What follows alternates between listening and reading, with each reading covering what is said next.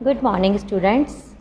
बेटा आज डेट है 3 सितंबर 2021, क्लास 8 वर्कशीट नंबर 12 हम आज करेंगे, जिसका टॉपिक है वर्ग और वर्गमूल।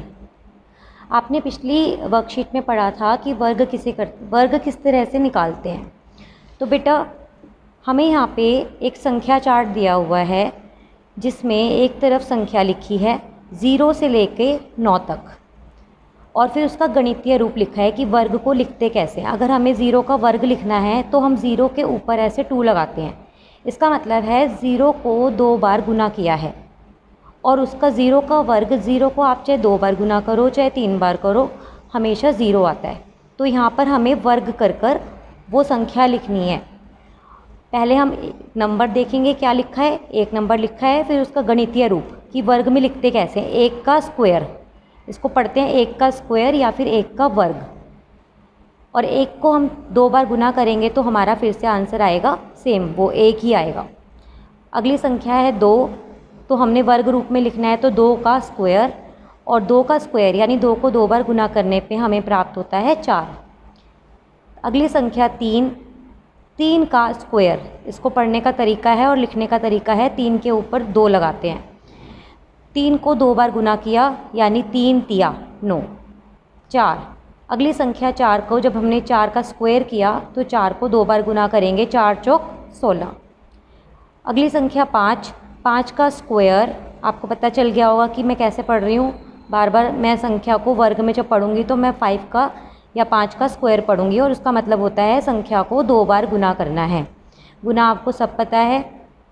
तो 5 को जब हमने 5 का स्क्वायर लिखा तो यानी कि 5 को 2 बार गुना करके 25। इसी तरह से ये हमारा आगे चल रहा है। 6 का स्क्वायर अर्थात 36। 7 का स्क्वायर यानी कि 49 49। 8 का स्क्वायर यानी कि 8 64। 9 का स्क्वायर यानी कि 81। ठीक है बेटा, अब इस साइड देखो, क्योंकि ये पूरा ऐसे लंबा आना पॉसिबल नहीं था, एक दोबारा संख्या चार्ट इधर बना है जहाँ पे 10 से लेके 19 तक की संख्याएं लिखी हैं, और उसी प्रकार गणितीय रूप जो वर्ग में हमें लिखना है वो लिखा है 10 का स्क्वायर। 10 को 2 बार गुना करेंगे तो प्राप्त होगा 100। 11 का स्क्वायर, 11 को 2 बार करेंगे गुना तो 121। 12 का स्क्वायर, 12 को जब 2 बार गुना करेंगे तो प्राप्त होगा 144। 13 का स्क्वायर यानी कि 169। 14 का स्क्वायर यानी 196। 15 का स्क्वायर यानी कि 225। 16 का स्क्वायर यानी 16 को 2 बार गुना करेंगे 256। 17 का स्क्वायर यानी कि 17 को 2 बार गुना करेंगे 289। 18 का स्क्वायर, 18 को 2 बार गुना करेंगे 324। 19 का स्क्वायर यानी कि 19 को 2 बार गुना करेंगे 361 हमें प्राप्त होगा। हमें बेटा 0 से लेके 20 तक की संख्याओं के वर्ग कम से कम याद होने चाहिए। अब हम इसके जुड़े आगे जो भी चीज़ें लिखी हैं वो हम पढ़ेंगे, ज़रूरी बातें। देखो बेटा, जब भी हम वर्ग कर रहे हैं, जब हमने 1 का वर्ग किया तो हमें 1 प्राप्त हुआ। 1 हमारी विषम संख्या है। 2 हमारी सम संख्या है, और उसका स्क्वायर करने पे 4 प्राप्त हुआ। 4 भी हमारी सम संख्या है। 3 हमारे, जब 3 का स्क्वायर किया तो 9 प्राप्त हुआ। 3 भी विषम है और उसका वर्ग भी विषम है। 4 का स्क्वायर, 4 सम संख्या है और उसका स्क्वायर 16 भी, जो 16 है वो भी सम संख्या है। सेम ऐसे ही जब हम 19 तक देखते हैं तो हमें ये प्राप्त होता है कि सम संख्या का वर्ग हमेशा सम संख्या ही होती है। सम संख्या होती है जो 2 से पूर्णतः विभाजित हो जाती है, और विषम संख्या का वर्ग हमेशा विषम संख्या होती है। यही पैटर्न सभी संख्याओं पर लागू होता है। अब यहाँ पे देख, स्थान को भरें। 31 का वर्ग यानी कि आप 31 को 2 बार गुना करके देखेंगे। 31 का स्क्वायर लिखेंगे पहले, फिर 31 को यहाँ पर 2 बार गुना करके जो आंसर आएगा वो यहाँ पर लिखेंगे। 57 का वर्ग यानी कि 57 का स्क्वायर लिखेंगे, और 57 को यानी 2 बार गुना करने पर जो आंसर आएगा आप उसको यहाँ पर लिखेंगे। अब बेटा देखते हैं, अब हमारे को 0 वाली, जिसमें 0 संख्या होती है, उस संख्या के वर्ग के विषय में हम थोड़ी बातचीत करेंगे। देखिए बेटा, 10 का स्क्वायर हम लिखेंगे, यानी कि 10 को 2 बार गुना करने पर बहुत आसान है। 10 को जब 2 बार गुना करते हैं, हमने ज़ीरो वाली संख्याओं की गुना सीखी हुई है, तो 2 ज़ीरो हो जाती हैं।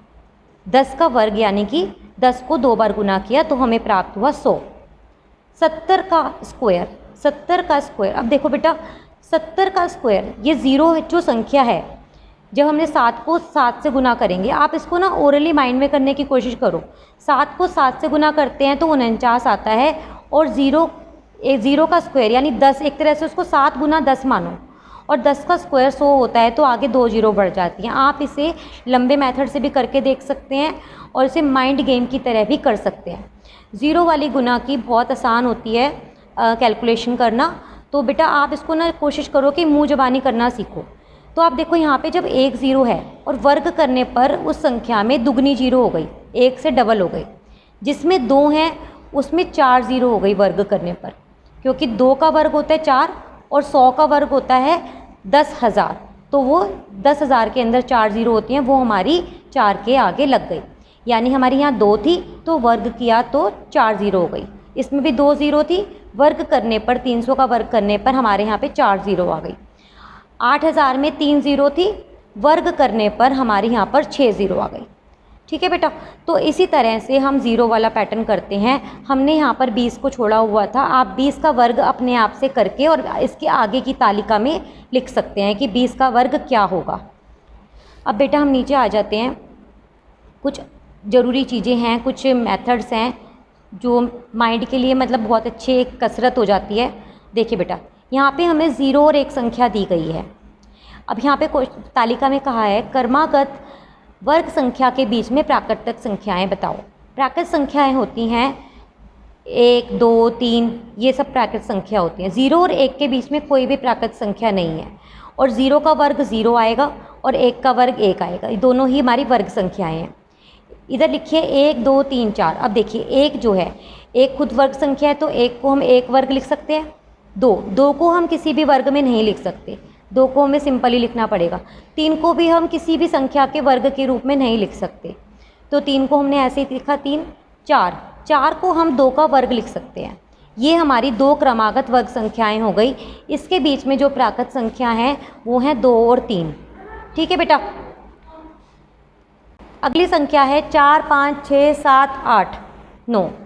अब देखो बेटा, 4 को हम 2 का स्क्वायर के रूप में लिख सकते हैं, लेकिन 5, 6, 7, 8 इन्हें हम किसी भी संख्या के वर्ग के रूप में नहीं लिख सकते।